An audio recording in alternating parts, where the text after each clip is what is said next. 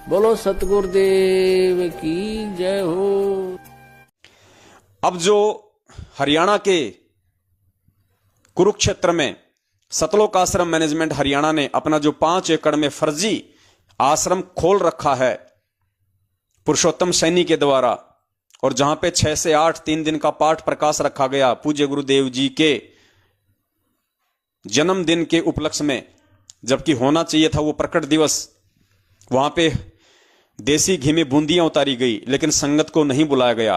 तो दास ने आज से पहले ही उसका खुलासा कर दिया था कि वो कितनी बड़ी साजिश है इन लोगों की। और साजिश क्या है पुण्यात्माओं? संगत को ठगने की। संगत को ठगने की। कैसे? अब वही प्रसाद इस भारत देश के प्रत्येक फर्जी नामदान केंद्र पे भेजा जाएगा, थैलियों में पैक कर करके आधा किलो या पाव या 1 किलो के रूप में हर नामदान केंद्र पे भेजा जा चुका है। अगर ये लोग संगत को आश्रम में बुलाते तो इन लोगों को अच्छे से पता था कि संगत जेब से खाली हो चुकी है, और आश्रम में अगर संगत आएगी, अगर वो 2 दिन भी रुकेगी या 3 दिन भी रुकेगी, जब तक पाठ चलेगा तब तक वो पेट भर के ढंग से देसी घी का माड़ खाएगी, ये बूंदिया खाएगी, साग पूरी खाएगी, और अटरम पटरम बनाएंगे वो खाएगी। और 3 दिन में ये लोग जितना हमारा नुकसान कर देंगे खा खा के जाते समय ये लोग उतना पैसा दे के नहीं जाने वाले, क्योंकि कुछ तो इनकी जेब खाली हो चुकी है, और कुछ इस पवन दास के वीडियो ने इन लोगों को इतना ज्ञान आधारी बना दिया है कि ये हमारे साथ में शरीर रूप से तो जुड़े हैं लेकिन पैसा नहीं निकालते हैं, माया नहीं डालते हैं इन दान पेटियों में। तो इन्होंने सोचा कि यहां अगर संगत को बुलाया गया तो हमारा नुकसान ही नुकसान है। तो इन्होंने एक नई चाल चली। इन्होंने सोचा कि हम यहां पे पाठ प्रकाश रखवा देंगे, और फिर वो पाठ प्रकाश का प्रसाद थैलियों में पैक कर करके उस संगत को मूर्ख बनाने के लिए, उसको ठगने के लिए फर्जी नामदान केंद्रों पे ट्रक भरवा भरवा के भेज दिए जाएंगे। और फिर उन फर्जी नामदान केंद्रों पे बैठे हुए हमारे जो चमचे हैं, जो चापलूस लोग हैं, उनके माध्यम से संगत में फिर यह प्रचारित करवाया जाएगा, यह संदेशा भिजवाया जाएगा कि भाई नामदान केंद्रों पे पाठ प्रकाश का प्रसाद आ चुका है, पाठ प्रकाश का प्रसाद आ चुका है। सभी भाई बहन गुरुजी के आदेश अनुसार पाठ प्रकाश का प्रसाद लेने के लिए नामदान केंद्रों पे आ जाओ।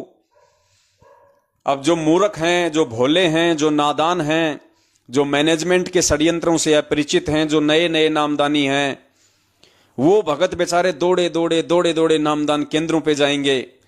फिर नामदान केंद्रों पे उनको वो 1 पहिया देसी घी के बूंदिया देने से पहले उनको बताया जाएगा कि भगत जी देखो ये पाठ प्रकाश का प्रसाद है भाई, ये कोई सामान्य प्रसाद नहीं है, पाठ प्रकाश का प्रसाद है।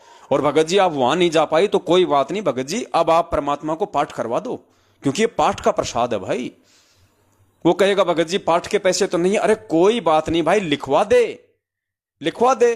फिर इनके जो एजेंट हैं वो हर महीने की किस्त उनसे लेते रहेंगे। भाई जितने हैं उतने तो जमा करा दे, बाकी इंस्टॉलमेंट करवा ले, बाकी तू किस्तों में देते रहना, कोई दिक्कत नहीं है। अब वो बेचारा भगत वहां पे 20 के सामने फिर क्या जवाब देगा? वो कहेगा ठीक है भगत जी एक पाठ मेरा भी लिख दो। भाई कुछ है तो दे दे, 2-4 हजार होंगे तो बेचारा शर्म के मारे निकाल के दे देगा, बाकी वो लिखवा देगा। बाकी फिर जैसे हम कोई मोटरसाइकिल मार्केट से निकलवा के लाते हैं 10-20 हजार रुपया नगद देके, फिर पीछे वो जो कंपनी वाले होते हैं फाइनेंस वाले, फिर हर महीने वो घूमते रहते हैं मार्केट में किस्तें लेने के लिए।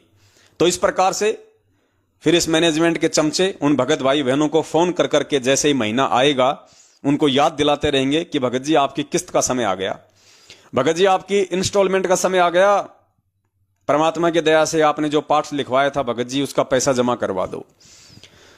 तो पुण्यात्माओं इस प्रकार से संगत को ठगने की इनकी ये प्लानिंग थी। दास ने पहले ही आप लोगों को सूचित कर दिया था, और सेम टू सेम वही प्रोसीजर इन्होंने शुरू कर दी। हर नामदान केंद्र पे इन्होंने गाड़ियां भर भर के आधा किलो के 1-1 किलो के वो देसी घी के बूंदिए थैलियों में पैक कर करके, अब भगवान जाने वो देसी घी के बनाए हैं या डालडा के बनाए हैं, बेचारे भक्तों को क्या पता, वो तो अपने घरों पे बैठे थे, उनको तो जाने का आदेश ही नहीं था। और अब संगत में उस पाठ प्रकाश के प्रसाद की आड़ में लूट मार शुरू हो जाएगी, और हो चुकी है।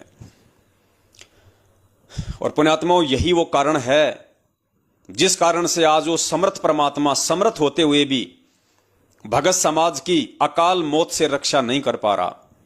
2020 में कोरोना आया, आप सभी को अच्छे से पता है। हजारों की संख्या में उस पूर्ण ब्रह्म परमेश्वर, आदि अनादि परमेश्वर स्वयंभू सतगुरु रामपाल जी महाराज जी के भक्तों की अकाल मौत हुई। हजारों भक्तों ने कोरोना से दम तोड़ा, जिसमें सारनामी भी थे, सतनामी भी थे, नए भगत भी थे। अन्य भी कई कारणों से भगत समाज की मौतें हो रही हैं। कोई एक्सीडेंट हो रहा है, कोई आपस में पारिवारिक झगड़े के चलते जहर खा के मर रहा है, कोई फांसी खा के मर रहा है, कोई नदी में डूब के मर रहा है। कारण क्या कि भगत समाज ने पूज्य गुरुदेव जी के ज्ञान को आधार ना बना के, और परमेश्वर ने अपने सत्संगों में, अपनी वाणियों में बार बार कहा कि बच्चों, सुपात्र को दिया हुआ दान फलता है, कुपात्र को दान दोगे, लेने वाला भी मरेगा, देने वाला भी मरेगा, वो कर्म के कांटे दोनों को भोगने पड़ेंगे। तो दान हमेशा सुपात्र को ही देना चाहिए। ये परमात्मा ने हमें अपने सत्संगों के माध्यम से आध्यात्मिक पाठ पढ़ाया था। और परमेश्वर ने कहा था कि गुरु बिन माला फेरते, गुरु बिन देते दान, गुरु बिन दोनों निष्फल है, चाहे पूछो वेद पुराण। बिना गुरु के दिया हुआ दान निष्फल जाएगा, यूजलेस होगा। आपको फिर आगे चल के वो कर्म के कांटे चुभेंगे जब आपकी बैटरी डिस्चार्ज हो जाएगी। क्योंकि जिस दिन आप किसी भी कुपात्र को ज्योति पाठ या दान या दसवें अंश का पैसा देंगे, और निश्चित बात है यदि आप किसी कुपात्र को देंगे तो कुपात्र तो उनका दुरुपयोग ही करेगा। और आपकी आंखों के सामने है, जग जाहिर है, ये कोई छुपी हुई बात नहीं है कि 2016 में हरियाणा के जाट आरक्षण में सतलोक आश्रम मैनेजमेंट हरियाणा ने परमेश्वर की मर्यादाओं को तार बतार करते हुए लाखों की संगत को उनके आरक्षणों की आग में झोंक दिया।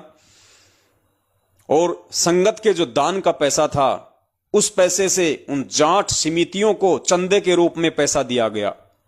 लगभग 1 करोड़ के आसपास रुपया इन्होंने जाट आरक्षण में चंदे के रूप में दिया। संत रामपाल जी ने जो आपको समर्थन दिया, इस बारे में आपकी क्या राय है? हमारा संत रामपाल जी को और उसकी संगत को बहुत बहुत धन्यवाद। और उन्होंने हमें आज 11 लाख रुपए चंदा देकर भी आंदोलन में भी मदद की। और मैं तो ये कहना चाहूँगा कि संत रामपाल जी के ऊपर भी जो जुल्म हुए, और उस जुल्म को जब वे उनके दर्शन करने उनके शरणार्थी जाते हैं तो उस पर भी तमाम अत्याचार किए जाते हैं, लाठियाँ बरसाई जाती हैं। अपनी सरकार उनको तंग कर रही। और जो आर्य समाज के और उनके बीच में डिस्प्यूट है, उसको भी दूर कराने की कोशिश करेंगे, क्योंकि हम खुद आर्य समाजी हैं। हम खुद आर्य समाजी होने के नाते ये चाहते हैं कि समाज में जो भेदभाव हुआ वो सब दूर हो, और सब मिलकर एक जैसे एक जो सरकार है जो अन्याय करती है उसके खिलाफ सब मिलकर खड़े हो। तो अगर किसी आर्य समाजी भाई को इस वजह से कोई ठेस पहुंचती है तो हम उससे भी बात करने के लिए तैयार हैं। अपने गिले शिकवे दूर करो, आगे बढ़ो। वो भी जाट हैं, हम भी जाट हैं। ये एक बड़ी 36 बिरादरी की मुहिम है जिसमें उन्होंने साथ दिया, इसके लिए हम धन्यवाद देते हैं। और हम डेरा सच्चा सौदा से भी निवेदन करते हैं, जिसने ये सरकार बनवाई अपने दम पे, अगर वो इसी तरह की अत्याचारी और अन्यायी सरकार बनाई है तो उसके अनुयायियों को भी ये सोचना चाहिए और उनको सरकार से बात करनी चाहिए कि इस तरह के अत्याचार और अन्याय करने वाली सरकार का भविष्य में साथ न दे, और वो भी आंदोलन को समर्थन करें। रामपाल जी महाराज के साथ या आपके साथ कोई समझौता हुआ है? रामपाल जी के अनुयायी वहाँ पे आपका समर्थन करेंगे क्या? कहाँ पे? दिल्ली में जो आप 2 तारीख का ऐलान किया आपने। 2 तारीख का वो चाहेंगे तो समर्थन कर सकते हैं, उनसे वार्ता की जाएगी। पुण्यात्माओं, कुपात्र को पैसा दिया, सबकी मर्यादा टूटी, और सबकी मर्यादा टूटी तो उनके भोग भी सभी को भोगने पड़े, और संगत ने उनके भोग भोगे।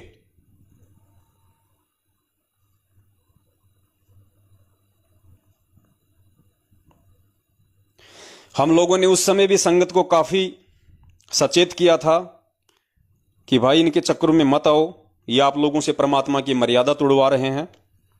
जो लोग समझ गए थे, जो मान गए थे, वो बच गए, और जो लोग उस समय हमारी बातों पे ज्यादा विचार नहीं कर पाए, वो लोग आज पछता रहे हैं। आज वही सबसे ज्यादा दुखी हैं, परेशान है। उसके बाद में इन्होंने राजनीति का फंडा छेड़ा। इस परमेश्वर के निर्मल मार्ग में, जहां राजनीति का कोई नामो निशान नहीं है, इस परमेश्वर के ऐसे निर्मल मार्ग में इन लोगों ने मनमुखी रूप से गुरुदेव की आड़ में, गुरुदेव को बीच में डाल के जबरन बेचारी भोली संगत से पहले तो कांग्रेस को वोट डलवाए, कांग्रेस का समर्थन करवाया। उसके 1 साल बाद बीजेपी सरकार को वोट डलवाए, बीजेपी का समर्थन करवाया। कितना पैसा भगत समाज का इन्होंने बर्बाद किया उन कुपात्रों के पीछे लगकर। तो उसका परिणाम भी संगत को ही भोगना था, और संगत ने वो कर्म के कांटे अपने सीने पे चुभाए। उसके बाद रक्तदान और देदान के नाम पे इन्होंने भोले भगत समाज को लूटा। भगत समाज से गुरुजी के आदेश की आड़ में रक्तदान करवाया, देदान करवाया, और जिन प्राइवेट कंपनियों से या जिन प्राइवेट हॉस्पिटलों से इन लोगों ने भगत समाज का खून निकलवाया, उन प्राइवेट हॉस्पिटलों से सतलोक आश्रम मैनेजमेंट हरियाणा ने एक मोटी रकम वसूली। वहां भी भगत समाज के बेइंतहा कर्म फूटे, जिनका भोग आज पूरा भगत समाज भोग रहा है। सबके घरों में लड़ाई झगड़े मार काट।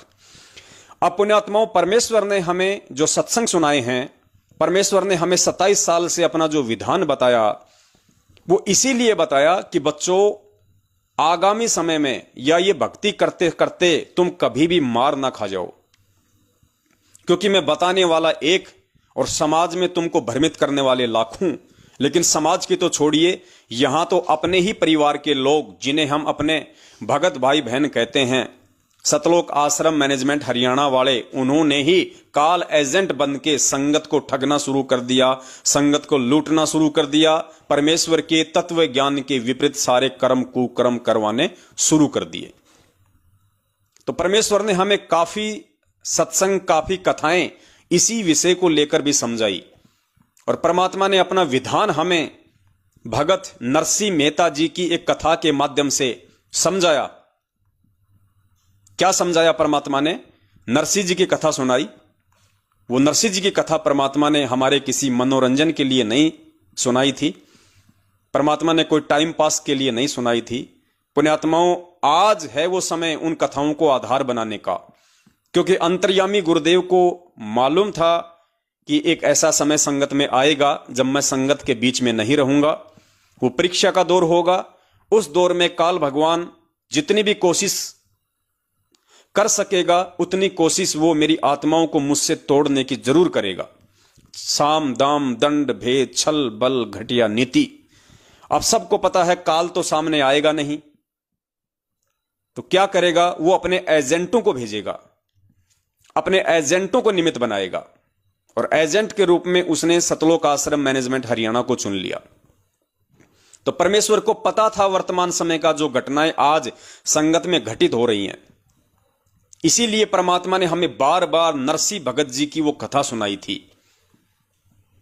एक बार आप ये कथा सुन लीजिए, जिसमें परमात्मा की शरण में आने के बाद, अपनी सारी संपत्ति परमेश्वर के चरणों में न्योछावर करने के बाद, जब नरसिंह जी नगर से बाहर एक झोपड़ी डालकर अपनी भक्ति करने लगे, उस समय कुछ साधु द्वारिका जाने के लिए अपनी हुंडी कैश करवाना चाहते थे, लेकिन उस समय नरसिंह जी की हुंडी नहीं चलती थी। सांसारिक दृष्टि में एक तरीके से वो कंगाल हो चुके थे, और भक्ति की दृष्टि से परमात्मा ने उन्हें माला माल कर दिया था। तो गांव के कुछ अन्य सेठों ने उनको नरसिंह जी के वहां पे भेज दिया, और उनको कहा कि भैया, आजकल वो बहुत ज्यादा सयाना बन गया है, वो कहेगा कि मैं तो गरीब हो गया, मेरी हुंडी नहीं चलती है। वो तुम्हें भ्रमित करने की कोशिश करेगा, लेकिन तुम उसकी एक मत सुनना। मतलब उस भगत को परेशान करवाने की दृष्टि से गांव वालों ने ऐसा झूठ उन साधुओं से कहा। वो साधु बेचारे नरसिंह जी को ढूंढते ढूंढते वहां पे आ गए। नरसिंह जी से बातचीत हुई। नरसिंह जी ने उनको मना किया कि भाई अब मैं सेठ नहीं रहा, मेरी हुंडी नहीं चलती है। लेकिन बार बार दबाव डालने के बाद नरसिंह जी ने सोचा कि भाई ठीक है भाई, मैं तो मेरे परमात्मा के भरोसे हूं, मैं तो मेरे बंदी छोड़ के सहारे हूं। नरसिंह जी ने वो 500 रुपए हुंडी के उन साधुओं से ले लिए। साधु द्वारिका चले गए। द्वारिका पहुंचने के बाद काफी समय हो गया, साधुओं को कोई भी सांवरसा नाम का सेठ नहीं मिला। जिस सांवरसा नाम के सेठ की नरसिंह जी ने हुंडी लिख के दी थी, पर्ची लिख के दी थी। और पीछे से गुरुदेव ने बताया कि नरसिंह जी ने क्या किया। पुण्यात्माओं, यही पॉइंट है। आप ये कथा सुनिए साथ साथ में बंदी छोड़ के मुख कमल से, तब आपको पता चलेगा कि वर्तमान में ये कथाएं हमारे लिए कितनी उपयोगी हैं। और इन कथाओं को आधार ना बना पाने के चलते और सत्सेवकों की साध संगति से दूर होने के चलते आप लोग कितना बड़ा धोखा खा चुके हैं। सुनिए परमात्मा के मुख कमल से नरसिंह मेहता जी की यह कथा। फिर क्या होता है कि एक दिन नरसिंह जब बैठा था अपनी कुटिया में, झोपड़ी में, 4 साधु संत द्वारका जाने के लिए भगवान के उस द्वारका को देखने की इच्छा करके आगे। और पहले नरसिंह के वो ड्राफ्ट चला करते थे, हुंडी चला करती थी। अब वो पहले भी 1-2 बार हुंडी बनवा कर गए थे। अब गांव में जाकर नगर में पता किया भी नरसिंह जी कहाँ हैं। वो गांव वाले ने बताया कि वो तो भाई बाहर बैठे हैं। क्या काम है कि एक हुंडी बनवानी थी। गांव वालों ने मजाक कर दिया, कहने लगा भाई वो नरसिंह एक बकवाद करता है, अब वो जल्दी सी हुंडी नहीं बनाता, उसको वो कहेगा मैं कंगाल हो गया हूँ। मजाक करता आजकल वो, और ज्यादा जोर दोगे ना जो बनाओगे ना तो बनाता नहीं। कहाँ है कि वो बाहर झोपड़ी में बैठा है, वहां चला गया। चारों के चारों वो भक्त आत्मा जो तीर्थ यात्रा पर आए हुए थे, उन्हें सोचिए 500 रुपए हमारे पास है, रास्ते में कोई छीन ना लेवे, हुंडी बनवा ले, चलते हैं द्वारका में, किसी सेठ से ले लेंगे। अब नरसिंह के पास गए, नरसिंह से वो 500 रुपए रख दिए और कहा सेठ जी हमारी हुंडी बना दे। नरसिंह कहने लगा महात्मा जी मैं अब सेठ नहीं रहा, मेरी हुंडी चलती नहीं, वो कैंसिल होगी गवर्नमेंट की तरफ से, मेरे पास पैसा नहीं है अब। तो चारों महात्मा कहने लगे भाई बिल्कुल ठीक कहते, गांव वाले तो बकवाद करने लग गए हैं, तेरे शर्म नहीं आती, महात्माओं के साथ ऐसा व्यवहार करता है, तुझे पाप लगेगा। हम पैसे दे रहे हैं, कोई मुफ्त हो रहे बना रहे तेरे से। अब नरसिंह ने सोचा भी ये मानना नहीं, और संत से ना जाने इनकी आत्मा दुखी होगी, बताए क्या करूं। गांव वाले ने दिन के साथ उनको बहका दिया, मजाक कर दिया। उसी समय साक्षी रख के अपने परमेश्वर को, क्योंकि वो श्री कृष्ण के पुजारी थे, सांवल साहा, सांवला सेठ, सांवल यानी सांवरिया, भगवान श्री कृष्ण के नाम सांवल साह लिख के कि भगवान श्री कृष्ण के नाम में अपने एक हुंडी लिखता हूँ, ये दास की हुंडी स्वीकार हो, इनको भुगतान किया जावे, आपकी अमानत मेरे पास है। 500 रुपये ले लिए और वो कागज बना के दे दिया, अब ले जाओ सेठ महात्मा जी। वो चल पड़े। पीछे से सेठ ने क्या किया, उन 500 रुपए का एक भंडारे का सामान, घी, चावल, खीर, दूध, दाद बना के और भंडारा कर दिया। 500 की रोटी खिला दी। अब 500 रुपए बहुत होते थे, 50,000 के करीब हो जाए आजकल के, पूरा भंडारा कर दिया। अब वो चारों महात्मा पहुंच गए कहाँ, द्वारका में। वहां जाकर पूछा भाई कोई सावल नाम का सेठ है। वो सेठ जिसकी हुंडी चला करती उसके पास गए, वो एक सेठ हुंडी उसकी चलती, उससे पूछ लो। उसने देखा, कहने लगे ये तो नरसिंह की बनाई हुंडी है क्या, ये नहीं चलती इसकी, अब ये तो कंगाल हो गया, दुनिया को ठगने लग गया, अब झूठी हुंडी बना के, ये तो दिवाला निकल गया इसका। तो सारी द्वारका में पूछ लिया, सावल नाम का कोई सेठ हो, कोई नहीं पाया। और सब मजाक करने को कहो नरसिंह तो ठगन लग गया दुनिया को, अब उसकी हुंडी नहीं चलती, उसका ड्राफ्ट नहीं चलता। अब चारों महात्मा जाके एकांत में बैठ के नगर तबार भाई के बना बता, वो तो मना करे था बेचारा, हमने सिर में दर्द कर दिया, उसके गले पीछे पड़ गए, किसी के कहने सुनता। उनको ये भी विश्वास था कि वो नेक आत्मा है, हमारे पैसे जो के तो पाओगे, पर ये तो हम दिक्कत होगी यहाँ पे। इतना सोच ही रहे थे कि उधर नरसिंह जी की दिव्य दृष्टि काम करने लगी परम पिता की दया से। उसने देखा कि परमात्मा ने आके उनको महाराज संतों को पैसे दिए कि नहीं दिए। देखा तो उनको पैसे नहीं मिले और मायूस हुए बैठे। अपनी पत्नी से कहा नरसिंह जी ने कि तूने जो सामान लाए थे हम 500 रुपए का, वो सारा वितरित हो गया या कुछ बकाया है? लगी जी थोड़ा सा आटा बचा है। सत्साई पुण्यात्माओं, यहां पे विशेष गौर करने की आवश्यकता है। यही वो पॉइंट है जिस पॉइंट के लिए सतगुरुदेव जी ने असंख्यों बार हमारे को नरसिंह जी की एक कथा सुनाई।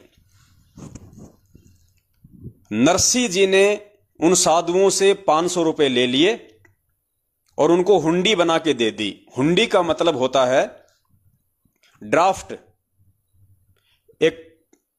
एक कागज के ऊपर उन्होंने पेन से या जो भी था उस समय वो कलम वगैरह, उस कागज के ऊपर उन्होंने लिख दिया कि मैं नरसिंह और मैंने इन साधुओं से 500 रुपए यहां पे ले लिए हैं।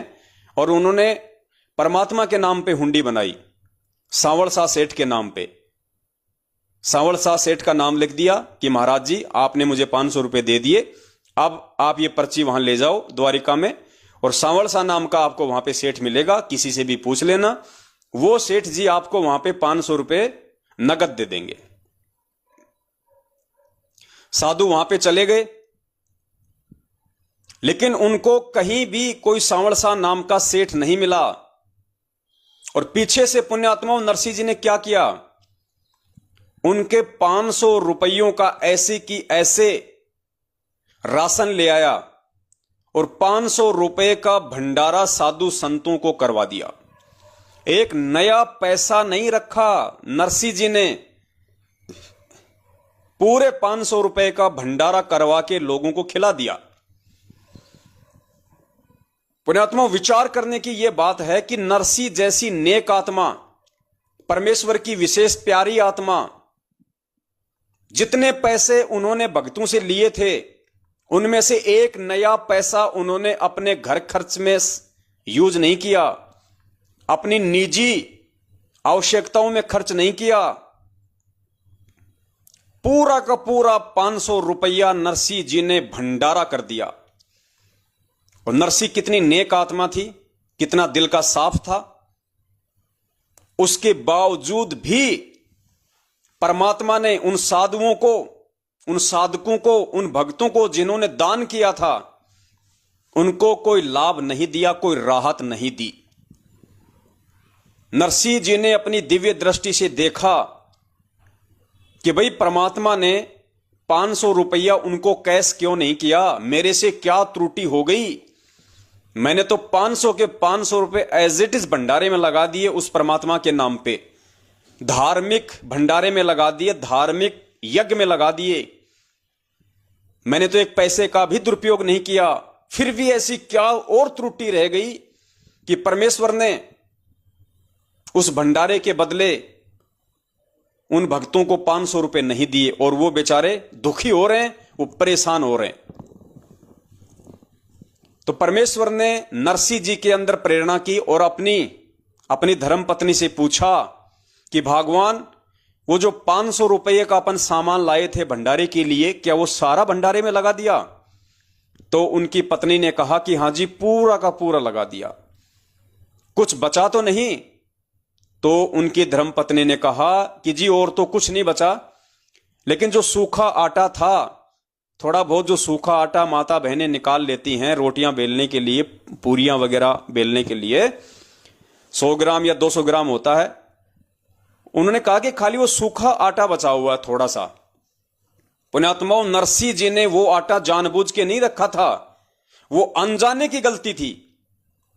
नरसिंह जी का कोई प्रयोजन नहीं था कि वो सूखा आटा मैं रखूं या बाद में मैं अपने काम में ले लूं, ऐसा कुछ नहीं था। वो अनजाने की गलती थी। उसके बावजूद भी परमात्मा ने दान देने वाले भगत को दान का प्रतिफल नहीं दिया। तो नरसिंह जी ने कहा, अरे भगवान, यही तो आंट अटक रही थी, अरे यही तो बात बिगड़ रही है। ये जो थोड़ा सा आटा जो बचा हुआ है, ये भी तो 500 रुपए के अंदर ही था। तो भगवान, जल्दी से जल्दी इसकी पानी पूनी लगा के इसकी चपाती बना और किसी साधु संतों को भोजन करवा, भंडारे में लगा। तो नरसिंह जी की पत्नी ने उसकी 4 चपाती बनाई, जो हम अन्नदेव की बड़ी आरती में रोज गाते हैं कि रोटी चार भारिया घाली, नरसी लाकी हुंडी झाली, सांवड़ सा सदा का साही, जाकी हुंडी तत्पर लही। जैसे ही नरसी जी ने अपनी पत्नी के द्वारा उस सूखे हुए आटे की पानी पूनी लगा के 4 चपाती बनवाई और साधुओं को 4 चपाती खिलाई, उसी समय परमात्मा ने तुरंत सांवड़ सा सेठ का रूप बना के और उन साधुओं को 500 रुपए बीच बाजार में सबके सामने गिनाए, यूं टका टक टका टक। सुनिए परमपिता परमेश्वर के मुख कमल से आगे। हमने सिर में दर्द कर दिया, उसके गले पीछे पड़ गई, किसी के कहने सुनता है। उनको यह भी विश्वास था कि वो नेक आत्मा है, हमारे पैसे जो के तो पाऊंगे, पर ये तो हम दिक्कत होगी यहाँ पे। इतना सोच ही रहे थे कि उधर नरसिंह जी की दिव्य दृष्टि काम करने लगी परमपिता की दया से। उसने देखा कि परमात्मा ने आके उनको महाराज संतों को पैसे दिए कि नहीं दिए। देखा तो उनको पैसे नहीं मिले और मायूस हुए बैठे। अपनी पत्नी से कहा नरसिंह जी ने कि तूने जो सामान लाए थे हम 500 रुपए का, वो सारा वितरित हो गया या कुछ बकाया है? लगी जी थोड़ा सा आटा बचा है। ऐसा होगा तो 2-4 रोटियां बन जा। और वो कौन सा बचा? वो पलोथन का। पलोथन क्या होता था? पहले रोटी बनाने के लिए बनाते थे गोल गोल सी लोई, और उसको सूखे आटे में लगा लगा कर रोटी बनाती थी। अब काफी भंडारा हुआ था, उसमें थोड़ा सा आटा बच गया, जिसमें 4 रोटियां बन गया। वो कहने लगे जी वो पलोथन यानी थोड़ा सा आटा बचा है 4 रोटियों के का, और तो सारा भंडारा लगा दिया। तो उसने कहा नरसिंह ने 4 रोटी बना। यह तो आटा लाग रही थी अभी तक, इसलिए भगवान प्रकट नहीं हो पा रहे थे। 4 रोटियां का आटा नरसिंह जी ने क्या कहा अपनी पत्नी से कि यही तो आंट लग रही थी, यही तो आंट लग रही थी कि 500 के 500 रुपए पूरे भंडारे में नहीं लगे, पूरे भगवान की सेवा में नहीं लगे, यही तो आंट लग रही थी। और जैसे ही नरसिंह जी ने वो बचे हुए आटे की चपाती बना के साधुओं को खिलाई। रोटी बनाने के लिए बनाते थे गोल गोल सी लोई, और उसको सूखे आटे में लगा लगा कर रोटी बनाती थी। अब काफी भंडारा हुआ था, उसमें थोड़ा सा आटा बच गया, जिसमें 4 रोटियां बन गया। वो कहने लगे जी वो पलोथन यानी थोड़ा सा आटा बचा है 4 रोटियों के का, और तो सारा भंडारा लगा दिया। तो उसने कहा नरसिंह ने 4 रोटी बना। यह तो आंट लाग रही थी अभी तक, इसलिए भगवान प्रकट नहीं हो पा रहे थे। 4 रोटियां का आटे की रोटी बनाकर वही परमात्मा वहां एक रास्ते चलते का रूप बनाकर आके कहा भगवाई राह चलता हूं, मुझे भूख लगी है। वो परमेश्वर स्वयं आके और उसी समय कहा जा भाई भगत जी बैठो हो बड़े ले रोटी ताजी ताजी बना रखी है। 4 रोटी खाकर परमात्मा वहां प्रकट हो गए और जाके कहा कि आ जाओ भाई, कैसे बैठे हो महात्मा? आके बैठे हैं भाई सेठ जी, हम तक इतना जोगे नहीं रहे। ऐसे ऐसे नरसिंह की हुंडी यहाँ चलती नहीं, हमारी उन्होंने हुंडी बना दी, पर उसका दोष नहीं बेचारे का, हमने ज्यादती कर दी उसका। और यहाँ कोई सेठ नहीं सांवल नाम का। तो परमात्मा कहने लगे भाई किसने कहा तुम्हारे को वो सेठ नहीं सांवल? मैं सेठ हूँ सांवल, आ जा मेरी दुकान पर, चल तुम्हें दूंगा वो 500 रुपए। रहे यार हुंडी बिल्कुल सही चला इसकी तो भाई, कौन मना करा था? लेकर वो कागज और उस बाजार में चौपट, उस बाजार में द्वारका के में जो चारों तरफ बढ़िया की दुकान थी, कहने लगे बिछाओ चादर यहाँ पे। उस चौराहे पर चादर बिछवा के ऐसे पटके 1 चांदी के खुड़के दूर थे, 2 3 4 सुना कर उन सब ने और सबका ध्यान अट्रैक्ट हुआ है। ये क्या होने लग रहा है?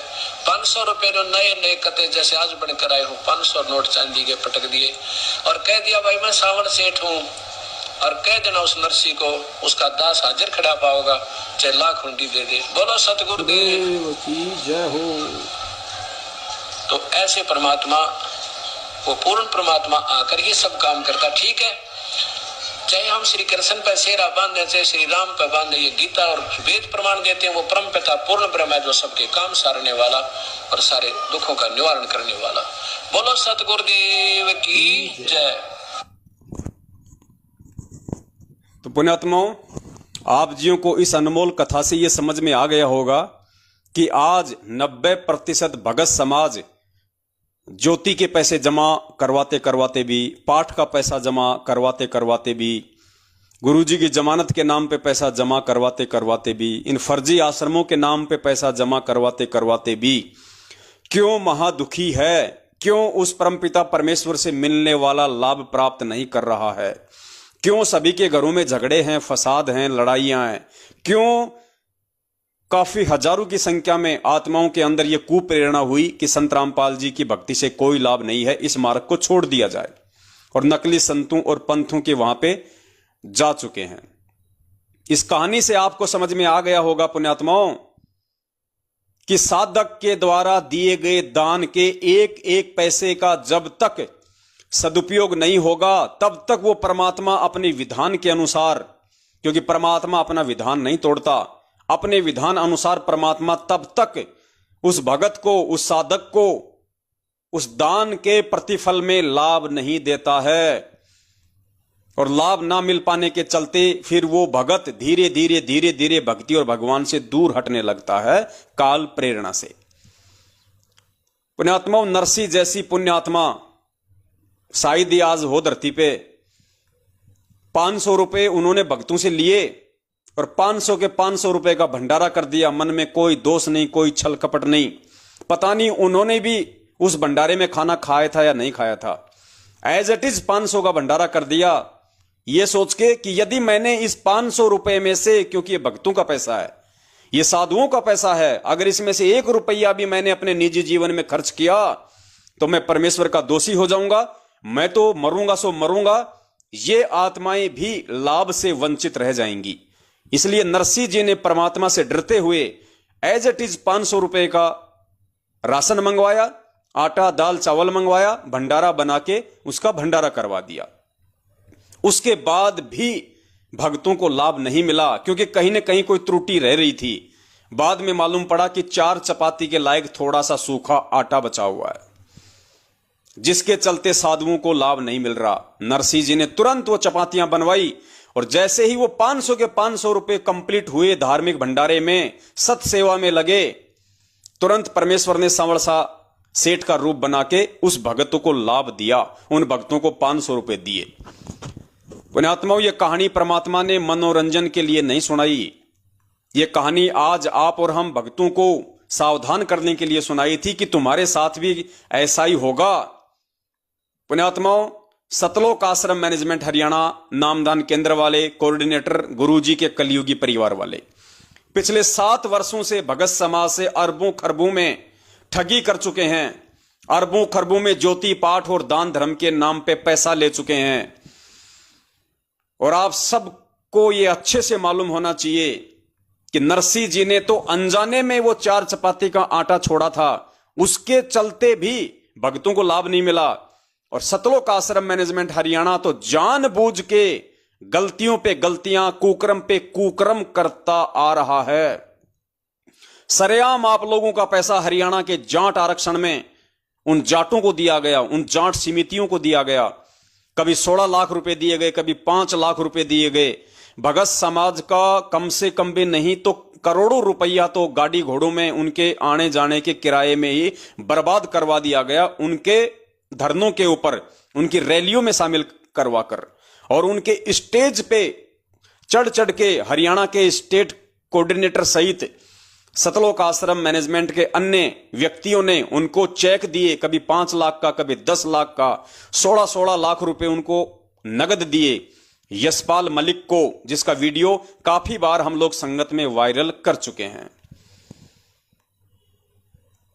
उसके बाद इन्होंने राजनीति में कभी बीजेपी का समर्थन करवाया, भक्तों के माध्यम से उनका समय और पैसा बर्बाद करवाया। इन्होंने भक्तों से जो दान ले रखा था, जो डिपॉजिट पूंजी इनके पास में थी, उस पूंजी से इन्होंने उन राजनेताओं का समर्थन किया, उनका सहयोग किया। अगले साल फिर इन्होंने बीजेपी के साथ ऐसा ही किया, भक्तों से समर्थन करवाया। कांग्रेस की रैलियों में, बीजेपी की रैलियों में भगत समाज को शामिल करवाया। तो पुण्यात्माओं, यहां तो जानबूझ के अपने कर्म फोड़े गए हैं, जानबूझ के। तो सोचो पुण्यात्माओं, वो परमात्मा अपने विधान को तोड़ के, जिसने नरसी जी के साथ में कोई पक्षपात नहीं किया, नरसी जी के साथ में कोई अन्याय नहीं किया, तो सोचिए आज वर्तमान के भगत समाज को वो परमात्मा कैसे लाभ देगा। दान धर्म करते करते भी, ज्योति पाठ का पैसा जमा करवाते करवाते भी, सतलोक आश्रम मैनेजमेंट हरियाणा के फर्जी आदेशों पे चलते चलते भी आज वो परमात्मा भगत समाज को कहां से लाभ देगा? और जिसको थोड़े बहुत कुछ लाभ मिल रहे थे वो पुण्यात्माओं उसकी अपनी बैटरी चार्ज थी। वर्तमान की भक्ति और वर्तमान के दान धर्म से उनको 1% भी लाभ नहीं। जो पैसा भगत समाज ने 7 साल से काल एजेंट सतलोक आश्रम मैनेजमेंट हरियाणा को दिया, उसके चलते तो भक्तों की अकाल मौतें हुई हैं।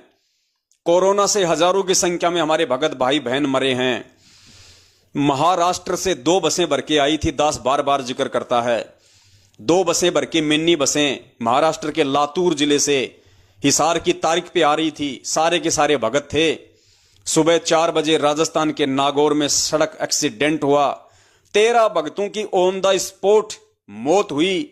3 भक्तों की तो गर्दन सर से अलग हो गई, धड़ से अलग हो गई। किसी का हाथ कट गया, किसी का पैर कट गया, कोई बुरी तरह से घायल हो गया।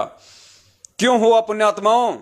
दान धर्म करते करते भी, मैनेजमेंट के आदेश मानते मानते भी क्यों हुआ? इसलिए हुआ क्योंकि भगत समाज अपनी आंखें बंद करके पूज्य गुरुदेव जी के वचनों से दूर हटके, सत्संगों को आधार ना बना के, साध संगति से दूर होकर इन काल एजेंटों को, इन कुपात्रों को जो कि दान धर्म ज्योति पाठ का पैसा लेने के योग्य नहीं है, इनकी झोलियां भर दी। तो इनकी झोलियां भरी कुपात्रों की, उधर से काल भगवान ने उसी भगत समाज की झोलियां भर दी कांटों से, दुख तकलीफ और पीड़ाओं से, अकाल मौतों से। पुण्यात्मा, इसलिए परमात्मा ने हमें यह सत्संग सुनाए थे ताकि हम गलती से भी कोई गलती ना करें। इसीलिए परमात्मा ने लगातार यह साध संगति का प्रोग्राम संगत में जारी रखा ताकि कोई मंद बुद्धि, अगर थोड़ा बहुत भी जिसके अच्छे संस्कार होंगे तो वो जुड़ जाएगा लाइव प्रोग्राम से, जुड़ जाएगा सत्सेवकों की साध संगति से और अपने सुक्रम बनाएगा, काल एजेंटों के जाल से बाहर निकल जाएगा, अपनी मर्यादा बचाएगा और आने वाले विनाशकारी समय से अपना बचाव करेगा, अपने परिवार का बचाव करेगा।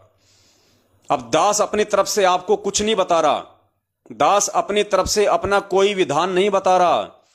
दास आपको प्रत्यक्ष प्रमाण पूज्य गुरुदेव जी के सत्संग के माध्यम से बता रहा है। इसमें कोई मीन मेख हो तो आपका जूता और मेरा सिर, लेकिन कोई मीन मेख निकाल के तो बताए। और इस बात को भी यदि कोई स्वीकार ना करे और उल्टा हम सत्सेवकों को ही दोष दे, उससे बड़ी वो कृत घनी आत्मा फिर कोई नहीं। उन आत्माओं का आने वाले विनाशकारी समय में नुकसान होना निश्चित है, कोई बचा नहीं सकता उन्हें। नमस्कार, वन इंडिया हिंदी में आपका स्वागत है। राजस्थान के नागौर में शनिवार तड़के बड़ा हादसा हो गया। नागौर के कुचामन सिटी के पास 2 मिनी बसें बेकाबू होकर पेड़ से टकरा गई। इस हादसे में 12 लोगों की मौत हो गई, जबकि दर्जन भर लोग घायल हैं। घायलों को स्थानीय अस्पताल में भर्ती कराया गया है। पुलिस के मुताबिक महाराष्ट्र के लातूर और सोलापुर के लोग 2 मिनी बस में सवार होकर हरियाणा के हिसार जा रहे थे। बस किशनगढ़ हनुमानगढ़ मेगा हाईवे से कुचामन सिटी के पास से गुजर रही थी, तभी सामने लावारिस गौवंश आ गए। इन्हें बचाने की कोशिश में एक मिनी बस बेकाबू हो गई और सड़क किनारे खिजड़ी के पेड़ से जा टकराई। उसके पीछे चल रही बस भी बेकाबू हो गई और पेड़ से टकरा गई। वहीं इस दर्दनाक हादसे में एक बच्ची और 4 महिलाओं समेत 12 लोगों की मौत हो गई। वहीं दोनों बसों में सवार यात्रियों में से 10 लोग घायल हैं, जिनमें से 6 की हालत बेहद गंभीर बताई जा रही है। फिलहाल इस खबर में इतना ही। तमाम अपडेट्स के लिए बने रहिए वन इंडिया हिंदी के साथ। इसके बाद पुण्यात्माओं, आपको पूज्य गुरुदेव जी का एक और सत्संग सुनाते हैं। जिस समय गुरुजी सतलोक आश्रम बरवाला में थे, उस समय भी परमात्मा ने संकेत ही संकेतों में कई बार जिक्र किया सतलोक आश्रम मैनेजमेंट हरियाणा की मनमानियों का। सतलोक आश्रम मैनेजमेंट हरियाणा के द्वारा आश्रम में भक्तों के दान के दुरुपयोग का कई बार परमात्मा ने सत्संगों में जिक्र किया सबके सामने, लेकिन उस समय हम मंदबुद्धि थे, हम परमेश्वर के उन वचनों को नहीं समझ पाए। क्योंकि गुरुदेव के रहते सहते भी यदि भक्तों के साथ में कोई अप्रिय घटना घटित हो रही थी गुरुदेव के आश्रम में रहते सहते भी यदि कोई भगत दुखी था, परेशान था, उसका भी यही कारण था कि उसके द्वारा जो दान दिया जाता था, उस दान का सतलोक आश्रम मैनेजमेंट हरियाणा वालों के द्वारा, गुरुजी के बेटा बेटी, भाई बंधु, रिश्तेदार, जवाई के द्वारा दुरुपयोग किया जाता था आश्रम में उस पैसे का। परमेश्वर अंतर्यामी थे, उनको भली भांति मालूम था इस बात का कि कौन अपनी जेबें भर भर के आश्रम से बाहर लेके जाता है। बलजीत लहरी के पुत्र अनिल लहरी को मेन गेट पर कई बार आश्रम की दान पेटियों से चोरी करके जाते हुए उसको पकड़ा गया, उसको गुरुदेव के सामने पेश किया गया, उसको पेश किया गया। नहीं बेटा उधर जाओ, तुम बंद कर दो। उसको पेश किया गया पूज्य गुरुदेव जी के समक्ष। परमात्मा ने कई बार उसको आश्रम से बाहर निकाला। ऐसे ही एक बार उस बलजीत का पिता कुछ पैसे लेके, तकरीबन 8 या 10 लाख बताते हैं भगत, गुरुदेव के पास गया। गुरुदेव ने कहा कि बेटा ये क्या है? तो बलजीत ने कहा जी वो लड़का जो अनिल है जी, उसने थोड़ी बहुत कुछ हेरा फेरी।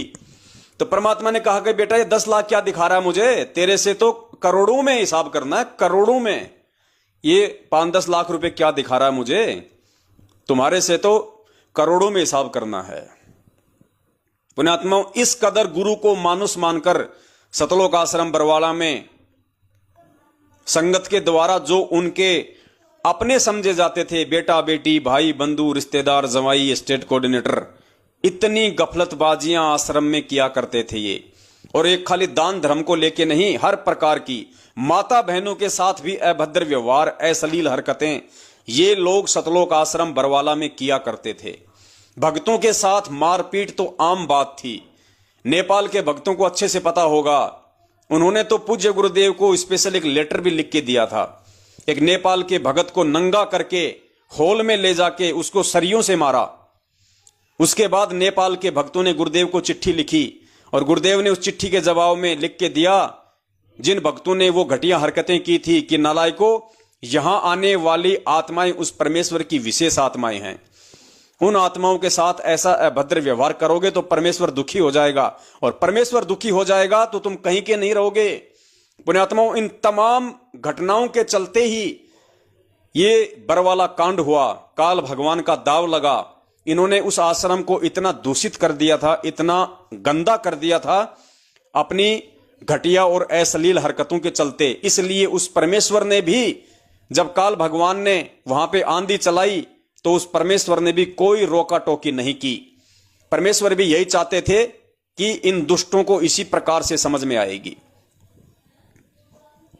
पुण्यात्माओं, अब आपको पूज्य गुरुदेव जी के मुख कमल से सन 2013 का वो सत्संग सुनाते हैं, जिसमें परमात्मा ने स्पष्ट रूप से सार्वजनिक तौर पे सत्संग में पूरी संगत को कहा, सतलोक आश्रम मैनेजमेंट हरियाणा के इस हेरा फेरी के विषय में। और ये छोटी बात नहीं है पुण्यात्माओं, गुरुजी सत्संग करते समय पूरी संगत के सामने यदि ये कह रहे हैं कि यहां जो सेवादार हैं वो भी इन भक्तों के दान में हेरा फेरी कर देते हैं, इनको ऐसा नहीं करना चाहिए, तो ये कितनी बड़ी बात है। यानी परमेश्वर को संगत में कहना पड़ा, क्योंकि ये परमेश्वर की बातों को नहीं मानते थे, तवज्जो नहीं देते थे। सोचिए, गुरुदेव ने इनको कितनी बार चेताया होगा, आगाह किया होगा, लेकिन ये लोग नहीं माने, हेरा फेरी करने से बाज नहीं आए, अपने कुकर्मों से बाज नहीं आए। तो परमेश्वर ने संगत को इशारा करना पड़ा कि ये लोग तो नहीं सुधरने वाले हैं, कम से कम तुम लोग तो सोच समझ के यहां पे दान करो, सोच समझ के पैसा दो और मुझे दो डायरेक्ट। इसीलिए परमात्मा ने आश्रम की दीवारों पे मोटे मोटे अक्षरों में लिखवा रखा था कि ज्योति और पाठ का पैसा दर्शन करते समय सतगुरु देव जी के हाथ में देवें। और जितने भी भगत भाई बहन जो बरवाला आश्रम से जुड़े हुए हैं, उन सबको पता है कि ज्योति और पाठ का पैसा हम लोग पूज्य गुरुदेव जी के हाथ में ही दिया करते थे जब हम उनके दर्शनों के लिए जाते थे, जब गुरुजी हमें आशीर्वाद देते थे। क्योंकि ज्योति और पाठ का पैसा 500 और 1000 के नोटों में था। इसलिए अगर वो पैसा संगत यदि इन लोगों को देती या उन दान पेटियों में डालती तो ये लोग काउंटिंग करते समय, क्योंकि गुरुजी तो कोई बैठे नहीं रहेंगे 24 घंटे इनके दान पेटियों के पास, तो ये लोग हेरा फेरी किया करते थे। इसलिए परमात्मा ने दान देने वाले भगत को आने वाले समय में मुसीबतों से बचाने के लिए स्वयं ही पैसा लेना शुरू कर दिया था, क्योंकि ये लोग आश्रम में चोरियां करते थे। कौन लोग? यही जो आज साहूकार बने हुए हैं, जो आज आपका स्टेट कोऑर्डिनेटर है, जो आज गुरुजी का बेटा, भाई, बंधु, रिश्तेदार हैं, यही लोग चोरियां करते थे। सुनिए पूज्य गुरुदेव जी के मुख कमल से, मालिक को सत्संग में इशारा करना पड़ा पुण्यात्माओं, इससे बड़ी और क्या बात हो सकती है।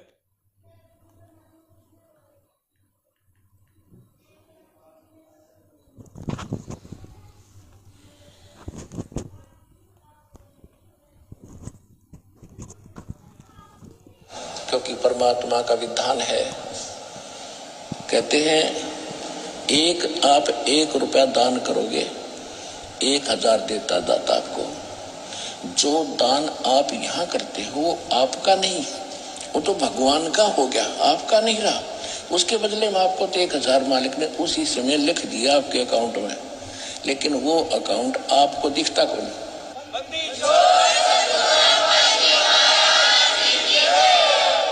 जो अकाउंट परमात्मा ने आपका खोल दिया दीक्षा लेने के बाद, वो बैंक अकाउंट सूक्ष्म है। आपके अंतःकरण में एक मैसेज पहुंच जाता है, भगवान के ऊपर आपकी एक और फाइल है, उसमें ये मैसेज ऐड हो जाता है। आपने 1 रुपया दान करा, 1000 आपके खाते में लिख दिया था।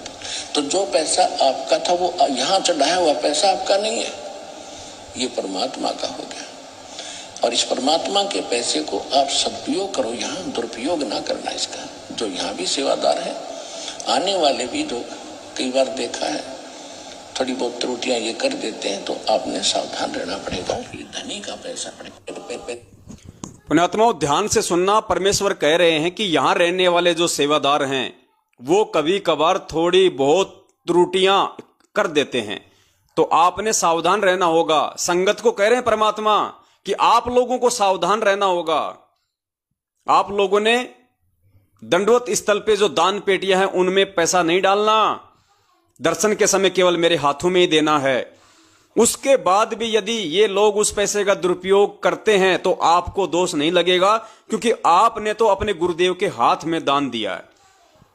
उसी समय परमात्मा ने आपको आपके भाग्य में वो 10 गुना लिख दिया, और गुरुदेव को देने के बाद यदि कोई उस पैसे का दुरुपयोग करता है तो उसका दोष फिर दान देने वाले को नहीं, दान का दुरुपयोग करने वाले को होता है। तो ध्यान से सुनना परमेश्वर के इस सत्संग को, जिसमें परमात्मा कह रहे हैं कि यहां भी जो सेवादार हैं थोड़ी बहुत त्रुटियां वो कर देते हैं, लेकिन आपको सावधान रहना होगा। सुनो पुण्यात्माओं ध्यान से, देखो आप सदुपयोग करो, यहाँ दुरुपयोग ना करना इसका। जो यहाँ भी सेवादार है, आने वाले भी जो कई बार देखा है थोड़ी बहुत त्रुटियां ये कर देते हैं, तो आपने सावधान रहना पड़ेगा। ये धनी का पैसा है, आपको तो दे दिया मालिक ने उसी समय, तो ये नहीं रखता अपने पास। ये तो पूर्ण परमात्मा है। कहते हैं 4 युगों में देख लो हमने किसका रखा मारे। द्रौपदी ने 1 बिलांत का कपड़ा दिया था, 9 इंच ढेर लगा दिया उसका। सुदामा ने 4 चावल फुकवाए थे, महल बना दिया। तैमूरलंग ने 1 रोटी दी थी, उसको 7 पीढ़ी का राज बख्श दिया। तो कहते 4 युगों में देख ले हमने किसका रखा मार, हमने किसका लेकर ना दिया हो मारना, यानी कोई पैसा लेकर ना देने के उसने पैसा मार लिया मेरा। तो परमात्मा कहते 4 युगों में देख ले हमने किसका रखा मार, हमने किसी का पैसा रखा नहीं। पुण्यात्माओं ये सारे प्रमाण आपकी आंखों के सामने हैं। गुरुदेव भी इनकी इन घटिया हरकतों से भली भांति परिचित थे।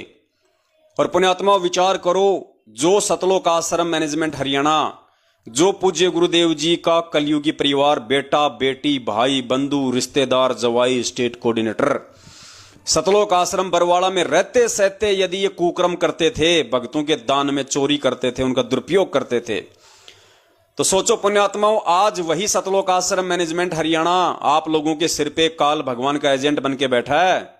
वही बेटा बेटी भाई बंधु रिश्तेदार जवाई स्टेट कोऑर्डिनेटर आज 7 साल से आप लोगों को हैंडल कर रहे हैं, आप लोगों के दान का दुरुपयोग कर रहे हैं। तो सोचिए, जो व्यक्ति काल प्रेरित होके सतलोक आश्रम बरवाला में गुरुदेव जी के नाक के नीचे यदि दान की चोरी कर सकते हैं, दान में हेराफेरी कर सकते हैं, जिसके लिए गुरुजी ने सार्वजनिक तौर पे संगत को बताना पड़ा कि दास देखता है कि यहां भी जो सेवादार हैं वो भी त्रुटियां कर देते हैं और ये धनी का पैसा है, इसका दुरुपयोग नहीं करना चाहिए और आप लोगों ने सावधान रहना चाहिए। संगत को परमेश्वर ने कहा कि बच्चों तुम सावधान रहो, यहां पे अनावश्यक रूप से दान पेटियों में पैसा मत डालो, दर्शनों के समय जब आओ तो मेरे हाथों में पैसा दो। तो पुण्यात्माओं, आज भगत समाज ज्योति पाठ का पैसा किसको दे रहा है, किसके हाथ में दे रहा है? जिनके हाथ में देने से गुरुदेव ने आश्रम में मना कर दिया था, जिनके कुकर्म देख के गुरुदेव ने उनको पैसा देने से मना कर दिया था और गुरुदेव अपने हाथों में पैसा लिया करते थे, आज वही कुकर्मी लोग, आपका स्टेट कोऑर्डिनेटर, गुरुदेव के बेटा बेटी, भाई बंधु रिश्तेदार जवाई, वही कुकर्मी लोग आज आपसे ज्योति पाठ और दान का पैसा ले रहे हैं। तो सोचिए, जो व्यक्ति अपने बाप के नाक के नीचे पैसे का दुरुपयोग कर सकता है, पैसे में हेराफेरी कर सकता है, आज तो उसका बाप जेल में बैठा हुआ है, आज आपके दान से वो क्यों नहीं अय्याशियां करेगा? इसीलिए तो पिछले 7 वर्षों से ये लोग आपके दान पे ऐसो आराम कर रहे हैं, फर्जी आश्रम खोल रहे हैं, संगत को लूटने के लिए, ठगने के लिए। आपके दान के पैसों को राजस्थान के आनंदपाल, आप सबसे कोई छुपा हुआ नहीं है, अजमेर में उसकी रैली राजपूतों की, उसमें भक्तों को शामिल करवाया गया। आनंदपाल सिंह गैंगस्टर, देसी भाषा में कहें तो गुंडा, AK-47 राइफल रखता था और पुलिस एनकाउंटर में मारा गया। उसकी CBI जांच उसके समाज के लोग मांग कर रहे थे। अब बताइए, उसकी CBI जांच, एक गैंगस्टर की CBI जांच उसके समाज के लोग करें ना करें हमें क्या मतलब, लेकिन जबरदस्ती भगत समाज को, राजस्थान के भक्तों को ठोक दिया और भगत समाज से रैलियां निकलवाई गई, सभाएं करवाई गई उस आनंदपाल सिंह की CBI जांच के समर्थन में। राजस्थान के अजमेर में उसकी रैली रखवाई गई। राजस्थान के जोधपुर से सतलोक आश्रम मैनेजमेंट का एक छोटा सा चमचा 3.5 फुट का LD लक्ष्मण दास, उसको, क्योंकि वो भी राजपूत, उसको वहां पे बनाजी बना के, हीरो बना के भेज दिया गया राजस्थान के अजमेर की रैली में और 5 लाख रुपए नगद वहां पे उन राजपूतों को दिए गए। भगत समाज के दान का 5 लाख रुपया। अब बताइए, वो राजपूत, और राजस्थान के राजपूत आप जानते हैं, शाम को जब तक पैक पौवा नहीं लेंगे, दारू वारू सवाब कबाब नहीं पिएंगे, तब तक उनको नींद नहीं आती। तो आपके 5 लाख रुपए का क्या हुआ पुण्यात्माओं? राजनीति में लगे, दारूबाजी में लगे, सिगरेटबाजी में लगे, हुक्काबाजी में लगे, उल्टे कुकर्मों में लगे। पुण्यात्माओं, आपको क्या मिलेगा उसके प्रतिफल में? अरे नरसिंह जी से तो गलती से वो 4 चपाती रह गई थी, गलती से। उसके बावजूद भी परमात्मा ने अपने विधान अनुसार भक्तों को लाभ नहीं दिया और तुम्हारा पैसा तो जानबूझ के गुंडों की झोलियों में डाला जा रहा है, राजनीति में लगाया जा रहा है, आरक्षणबाजियों को दिया जा रहा है, आरक्षणबाजों को दिया जा रहा है, गाड़ी घोड़े खरीदे जा रहे हैं। सत्सेवकों के धार्मिक भंडारे रुकवाने के लिए उन गाड़ियों में आपके पैसों का डीजल पेट्रोल डाल के, आपके पैसों से वो 10-10, 20-20 लोग होटलों पे बढ़िया बढ़िया खाना खाते हैं। पुण्यात्माओं, आपको क्या मिलेगा? बाबा जी का ठुल्ला मिलेगा, बाबा जी का ठुल्ला, और मिल रहा है। आपके वो कर्म के कांटे चुभ रहे हैं। आप लोग समझ नहीं पा रहे कि इतना ज्योति पाठ और दान धर्म करते करते भी मेरे घर में कैर क्यों टूट रहे हैं, मुझे लाभ क्यों नहीं मिल रहा, मेरे भूत क्यों नहीं भाग रहे, तीनों ताप से मैं क्यों परेशान हूं? तो कारण यह है पुण्यात्माओं, मुख्य कारण यह है कि आपने कुपात्रों को पैसा दिया। आप कुपात्रों की संगति कर रहे हो, कुपात्रों की। परमात्मा कहते हैं, काजल की कोठड़ी में कितना ही जतन करो, काजल का दाग भाई लागे ही लागे। काजल की कोठड़ी में या कोयले की खान में अगर कोई व्यक्ति चला जाए और कुछ भी ना करे तो भी वो व्यक्ति बगैर थोड़ा बहुत काला पीला हुए बाहर नहीं निकल सकता, उसको दाग लगेगा ही लगेगा। तो जैसी संगत वैसी रंगत। तो सतलोक आश्रम मैनेजमेंट हरियाणा की संगत, इन काल एजेंटों की संगत, इन कुपात्रों की संगत आज नहीं तो कल तुम्हारे और तुम्हारे परिवार के विनाश का कारण बनेगी। क्योंकि हजारों के विनाश का कारण बन चुकी है। और जो सोच रहा है कि मेरे तो कुछ भी नहीं हुआ, भाई साहब बैटरी चार्ज है, रुक जाओ, अभी समय ऐसा ही आ रहा है, कोई नहीं बचाएगा। चिल्लाते रहना गुरुजी गुरुजी गुरुजी गुरुजी, गुरुजी कुछ नहीं करेंगे। जब गुरुजी चिल्लाए 27 साल से, तब कहां थे तुम? अरे 27 साल से गुरुजी चिल्ला रहे थे, तब तुम गुरुजी की नहीं सुन रहे थे। 7 साल से हम सतसेवक चिल्ला रहे हैं, तब तुम नहीं सुन रहे। उस समय तुम चिल्लाओगे तो गुरुजी क्यों सुनेंगे भाई? गुरुजी तुम्हारे बाप के नौकर थोड़ी हैं। गुरुजी उसकी सुनेगा जो गुरुजी के विधान पे चलेगा, जो गुरुजी की मर्यादाओं में रह के भक्ति करेगा, गुरुजी उसकी सुनेगा। उसके बाद पुण्यात्माओं, आपको एक छोटा सा वीडियो सुनाते हैं ईसाई पास्टरों का, क्योंकि पुण्यात्माओं ये जितने भी जो ईसाई लोग हैं जो बाइबल की भविष्यवाणियां बताते हैं, और ये सारी की सारी जो भविष्यवाणियां हैं, ये केवल परमपिता परमेश्वर सतगुरु रामपाल जी महाराज जी पे ही फिट बैठती हैं। केवल उन्हीं की संगत के लिए ये भविष्यवाणियां हैं। ईसाइयों ने उनको नाम दिया है कलीसिया। कलीसिया का मतलब होता है साध संगत। उनकी जो संगत है उसको कहते हैं कलीसिया। पुण्यात्माओं, ये बाइबल की जो भविष्यवाणियां हैं, जो आगामी समय के लिए बोल रखी हैं कि उस समय ऐसा होगा, उस समय ऐसा होगा। जैसा कि आपको पिछली बार एक वीडियो बना के दिखाया था कि भाई उस कलीसिया की 2 फांक हो जाएंगी, 2 टुकड़े हो जाएंगे। पूरा आपको एक विवरण दिया था, पूरा 3 घंटे का वीडियो बना के। तो ये ईसाई जो पास्टर है, एक बहन है, इसके मुख से सुनिए आप बाइबल की भविष्यवाणी, जिसमें स्पष्ट है इस परमपिता परमेश्वर सतगुरु रामपाल जी महाराज जी की संगत के लिए इशारा किया हुआ है कि आगे चल के जो कलीसिया है, जो भगत समाज है, जो संगत है, वो 2 कारणों से नीचे गिरेगी। वो 2 कारणों से नीचे गिरेगी। अब ये ईसाई जो लोग हैं, इनके जो ग्रुप हैं, जो पास्टर हैं, ये तो फालतू की थाली पीटते हैं। ये भविष्यवाणियां उन लोगों के लिए नहीं है। ये भविष्यवाणियां उन लोगों पे उस समय फिट बैठेंगी जब ये गुरुजी की शरण में आ जाएंगे और गुरुजी की संगत का हिस्सा बनेंगे, तब इनको ये बातें समझ में आएंगी। फिलहाल तो वो भी वाणियां तो सुनाते हैं अच्छी अच्छी, भविष्यवाणियां सुनाते हैं अच्छी अच्छी, सिर्फ इसलिए पैसे के लिए, क्योंकि ये उनका धंधा है। एक पास्टर बन जाना केवल अपनी रोजी रोटी का साधन है उन लोगों के लिए। तो ये जितनी भी भविष्यवाणियां जो ये सुनाते हैं, चाहे लेडीज हो चाहे जेंट्स हो, ये वर्तमान समय में जो परमपिता परमेश्वर सतगुरु रामपाल जी महाराज जी की जो संगत है उसके लिए है।